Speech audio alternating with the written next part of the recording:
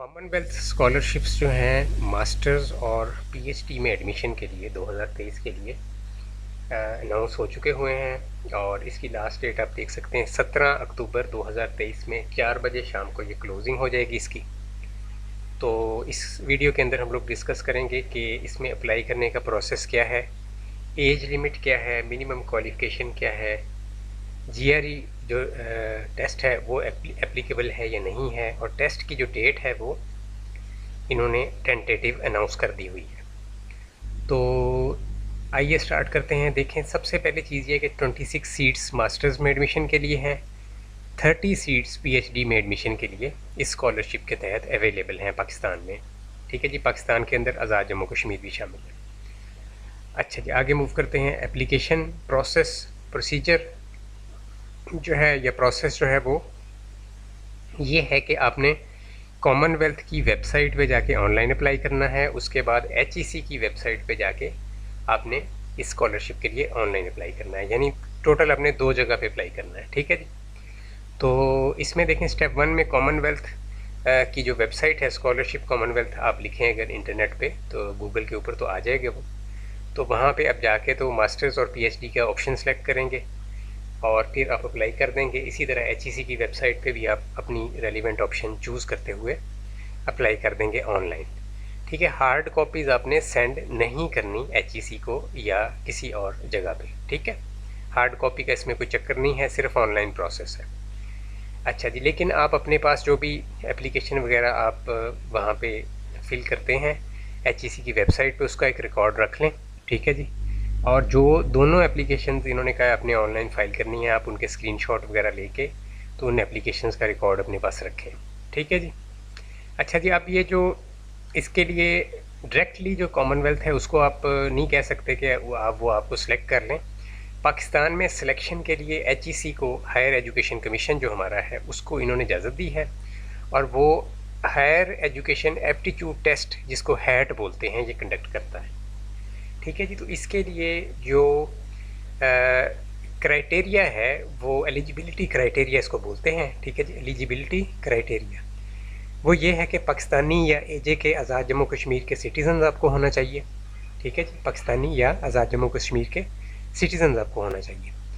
4 साल की जो है बैचलर्स डिग्री अगर आपके पास है, ठीक है, यानी कि 16 साल एजुकेशन अगर आपकी कंप्लीट है, 16 साल की एजुकेशन, तो उस सूरत में आप जो है अप्लाई करने के लिए एलिजिबल हैं। ठीक है जी, 16 साल एजुकेशन आपकी मुकम्मल होनी चाहिए। इसमें यह है कि जिस तरह मेरी थी 2 साल बीकॉम था, फिर 2 साल मास्टर्स था, तो मैंने 2013 में 14 में इसमें अप्लाई किया था और मैंने टेस्ट भी दिया था, तो मेरे 64 मार्क्स आए दोनों ईयर्स के अंदर। तो इस तरह अगर आपकी डिग्री 2 साल की बीएस है और फिर 2 साल आगे जो है वो मास्टर्स है, तो वो भी 16 साल ही काउंट होती है। ठीक है जी। तो ये मैं छोटे छोटे क्वेश्चंस आपके साथ साथ एड्रेस करता जा रहा हूँ। तो हमारे ज़माने में 78 वाला बंदा गया था हैट के अंदर, 78 जिसके मार्क्स आए थे, 74 वाला बंदा रह गया था इंटरव्यू में। ठीक है जी। तो अगर आपकी किसी भी डिग्री के अंदर आपकी 2nd या 3rd डिवीज़न है तो फिर आप अप्लाई ना करें, आप एलिजिबल नहीं हैं।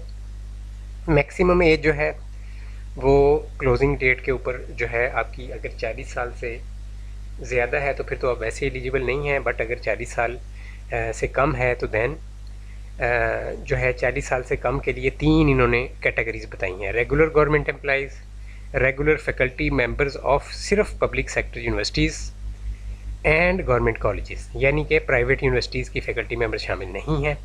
ठीक है जी। और regular researchers of approved R&D organisations, ये 3 कैटेगरीज इसमें फॉल करती हैं। इनके लिए 40 साल है, बाकी जितने भी लोग हैं उनके लिए 35 ईयर्स मैक्सिमम एज लिमिट है। लास्ट तारीख जो इसकी अप्लाई करने की है, जिस तरह 2023 में 17 अक्टूबर है, तो 17 अक्टूबर के हिसाब से आप डेट काउंट करेंगे। इसका प्रोसेस जो है एचईसी की वेबसाइट पे दिया गया है। तो लास्ट डेट के हिसाब से आप देखेंगे, अगर आप 35 के नहीं हुए लास्ट डेट तक तो आप अप्लाई कर दें, अगर लास्ट डेट तक आप 35 के हो गए हैं तो फिर आप अप्लाई ना करें। ठीक है जी। तो एज को जो है, यानी कि एज की लास्ट लिमिट जो है वो भी मैंने आपको बता दी कि किस तरह से आपने मैयर करनी है। Must not be willing any other scholarship और those having PhD degree are not eligible. PhD degree अगर आपके पास है तो फिर आप एलिजिबल नहीं है अप्लाई करने के, यानी ऑलरेडी अगर आपके पास पीएचडी की डिग्री है तो दोबारा आप अप्लाई नहीं कर सकते। Specific eligibility criteria for higher education aptitude test.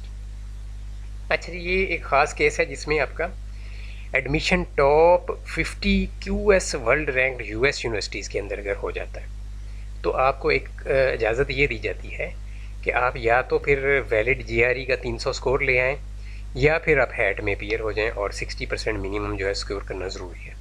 ठीक है, तो ये एक स्पेशल क्राइटेरिया है, आम लोगों के लिए नहीं है। अगर किसी का ऑलरेडी एडमिशन हुआ है top 50 QS world rank US universities के अंदर। ठीक है, उसके बाद जनाब कैटेगरी 2 है जिसके अंदर दो आगे फर्दर कैटेगरीज़ हैं कि अगर आपका एडमिशन जो है ऑलरेडी हो चुका है top 300 QS ranked world ranked US universities के अंदर, ठीक है, या QS subject wise ranking must have secured admission in top 100 universities, या टॉप 100 कोई भी यूनिवर्सिटियाँ हैं QS सब्जेक्ट वाइज रैंकिंग के अंदर, उसके अंदर अगर आपका एडमिशन हुआ है तो अगेन GRE के अंदर 300 स्कोर ले आएँ। अगर नहीं आप लाना चाह रहे तो फिर 60% स्कोर मिनिमम हैट के अंदर आपको लाना होगा। ठीक है जी, तो इन्होंने कहा हुआ कि अगर आपकी ट्यूशन फ़ी वेव ऑफ हो गई हुई है तो फिर GRE स्कोर या हैट की आपको ज़रूरत नहीं है। ये ट्यूशन फ़ी आपको मिलती है बेसिकली, और इसके अलावा भी छोटा मोटा दीगर चीज़ें भी मिलती हैं इसमें। तो अच्छा जी, तो इसके अंदर जनाब इसकी टेंटेटिव डेट जो है क्या है वो लास्ट वीक ऑफ अक्टूबर के अंदर एक्सपेक्टेड है कि ये टेस्ट हो जाएगा।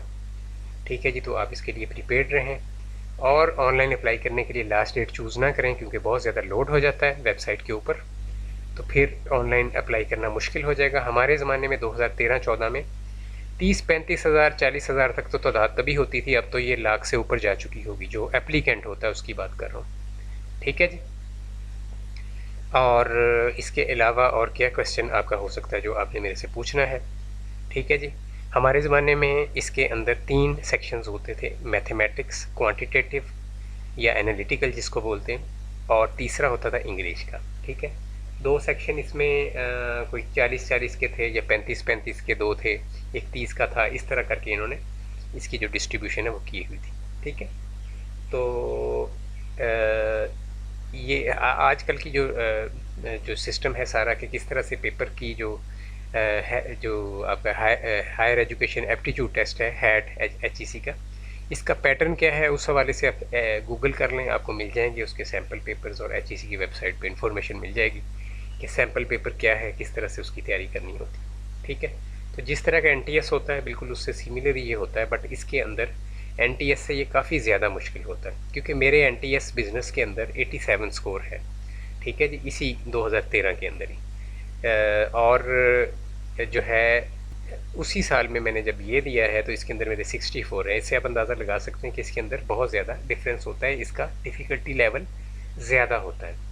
तो अगर आपकी तैयारी अच्छी है तो फिर इवन अगर आप एवरेज स्टूडेंट हैं देन आप इसमें निकल जाएंगे, बट अगर आपकी तैयारी अच्छी नहीं है इस टेस्ट के हवाले से तो फिर जो है फिर मुश्किल हो जाती है। तो ट्राई कर सकते हैं आप, जो भी इसकी फ़ीस है वो पे करके तो आप अपीयर हो सकते हैं।